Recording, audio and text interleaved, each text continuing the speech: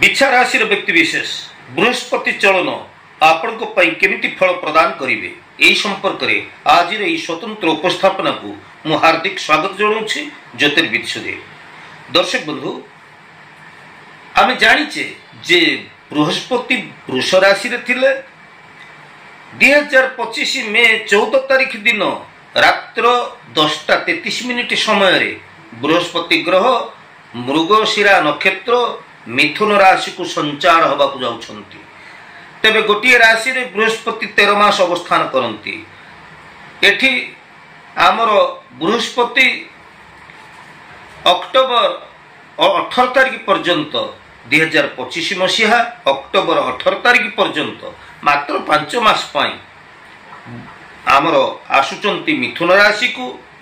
तेणु ये वृष राशि को छाड़ी मिथुन राशि की बृहस्पति आसुचंती यह द्वारा बिछा राशि पाई बृहस्पति क्यों प्रकार फल प्रदान करेंगे यही संपर्क में खूब संक्षिप्त आज किछि गुरुत्वपूर्ण तथ्य रखा जाऊँ। दर्शक बंधु मूल शेष पर्यंत मोर वीडियो को देखंतु। जदि मोर वीडियो आपन को भल लगुए नुआ करी आपण मोर वीडियो को देखुथिले निश्चित भाव में सब्सक्राइब करेंगे, लाइक करेंगे एवं मोर वीडियो को आपण मानकर प्रिय परिजन बहुल परिमाण में शेयर करेंगे। ताले आसंतु आपण मान मन में आग्रह सृष्टि है जाना जे मो राशि बृहस्पति की प्रकार फल प्रदान करेंगे। तेबे दर्शक बंधु आमर प्राचीन काल जो ज्योतिष शास्त्र रही से कहूची जन्मराश सुराचार्य राम राजा वनंगता तृतीय च बलिर्बद्ध चतुर्थे विंशलोचन द्वादशे सगर राजा दशमे मधुकैटभ अष्टमे कुरु राजा च षष्ठे कर्ण निपातिता। पुणी आमर शास्त्र प्रमाण दौछि जे जीवे द्वितीय धनधान्य भोगी सुतार्थ लाभ नवपंचकेशु जामित्रे संस्थे विपुलांच लक्ष्मीश्चैकादेशे सर्वशुभं फलं ददात। यार माने होउछि जे बृहस्पति द्वितीय भाव को आसिले अत्यंत शुभ फल दायक होइथांती। बृहस्पति आमर नवम को पंचम को एवं एकादश भाव को जदि आसंती ये बृहस्पति ग्रह अत्यंत शुभ फल प्रदान करिथांती। यतत भिन्न अन्य भाव गुड़िक बृहस्पति विशेष शुभ फल प्रदान करि पारंती नाही। जेमिति कि जन्म राशि रे बृहस्पति रहिले आपणकर तृतीय भाव रे जदि बृहस्पति रहउचंती चतुर्थ रे द्वादश रे षष्ठ रे अष्टम रे दशम रे एई भली सब भाव गुड़िक रहिले बृहस्पति शुभ फल प्रदान करती नाही।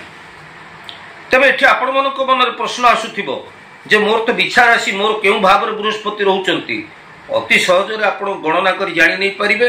वर्तमान बृहस्पति आमर मिथुन राशि रे चलिबे मिथुन राशि को आसीबे आपणकर होउची बिछा राशि निज राशि ठारू आपण गणी जांतु क्यों जाए आपणकर बिछा राशि आपण बिछा राशि ठारू गणी जांतु मिथुन राशि पर्यंत केते होउची 8 होउची।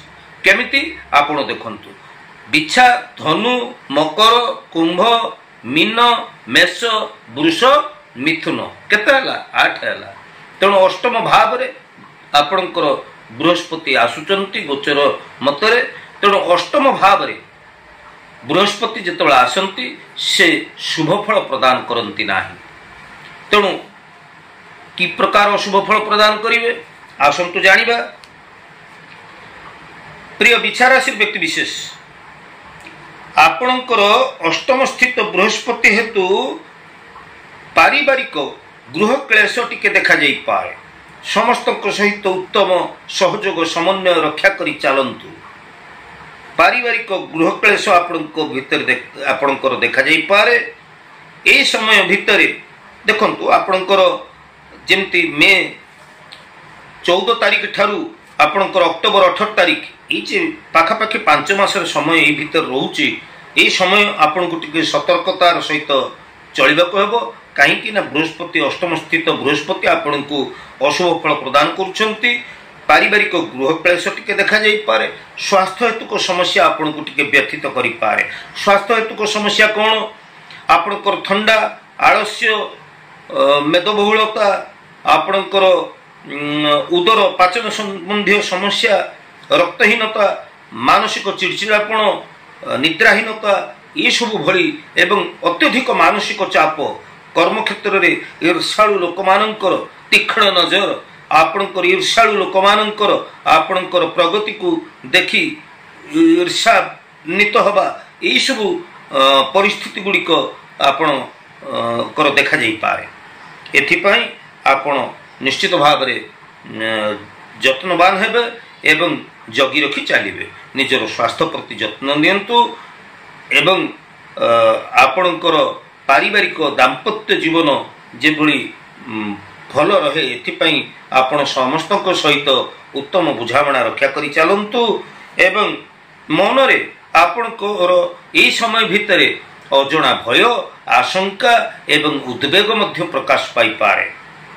तेबे प्रिय बिछा राशि व्यक्ति माने एई जे बृहस्पतिंकर अशुभत्व को निराकरण करबा पाई आपन को मु निश्चित उपाय कहिबी, किंतु मैं एठी आपन को कहि रखिबा को चाहिबी जे महाभारत और दान धर्म पर्व रे कहा गला केवल ग्रह नक्षत्र न करति शुभाशुभम सर्वमात्मा कृतकर्म ग्रहवाद लोकाइति।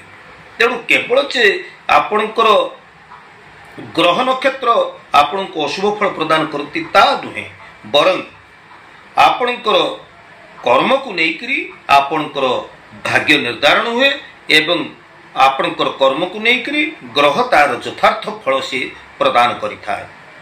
तेणु एठी मोर कहबार कथा होउची आपणकर बृहस्पति अति शुभ स्थिति रे अछंती, जदि आपण मंद कर्म करूचंती ताले बृहस्पति ठारू शुभ फल केमिति आपण आशा करिवे।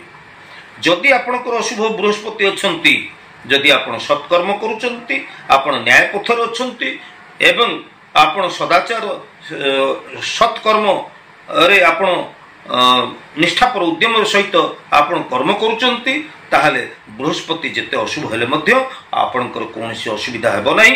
तेबे हाँ आसंतु प्रतिकार संपर्क जानिबा। ई बृहस्पति ग्रहंकर अशुभत्व को निवारण करबा पई आपण प्रत्येक गुरुवार ठारू ए जे बृहस्पति चलन हेबे, ई बृहस्पति चलन दिन ठारू हो किंबा आपण जे कोनसी गुरुवार आरंभ करंतु, गुरुवार आपण आपणकर जे गाधुआ पानी सेथिरे आपण सामान्य टिके हळदी मिसई आपण स्नान करंतु एवं हळदी जल रे स्नान करी आपण भगवान विष्णु को टिके स्मरण करंतु। जदि संभव हो पारुछि ताहले पाचला कदली टे जदि आपण गाई बाछुरी षंढ जी भी गोरु होंतु ना कहीं आपण जदि गोरु को गोमाता को गोटे पाचला कदली टे खुआई दे भगवान को आपण प्रार्थना करती, वासुदेव को जगन्नाथ को बलभद्र सुभद्रा को बा आपणकर भगवान विष्णु को बा श्री कृष्ण को जदि आपण मन भितर स्मरण करती ताहले आपणकर बृहस्पति ग्रह रो अशुभत्व कमिजिव एवं बृहस्पति ठारू आपण शुभ फल प्राप्त हो पारिबे, यह निसंदेह।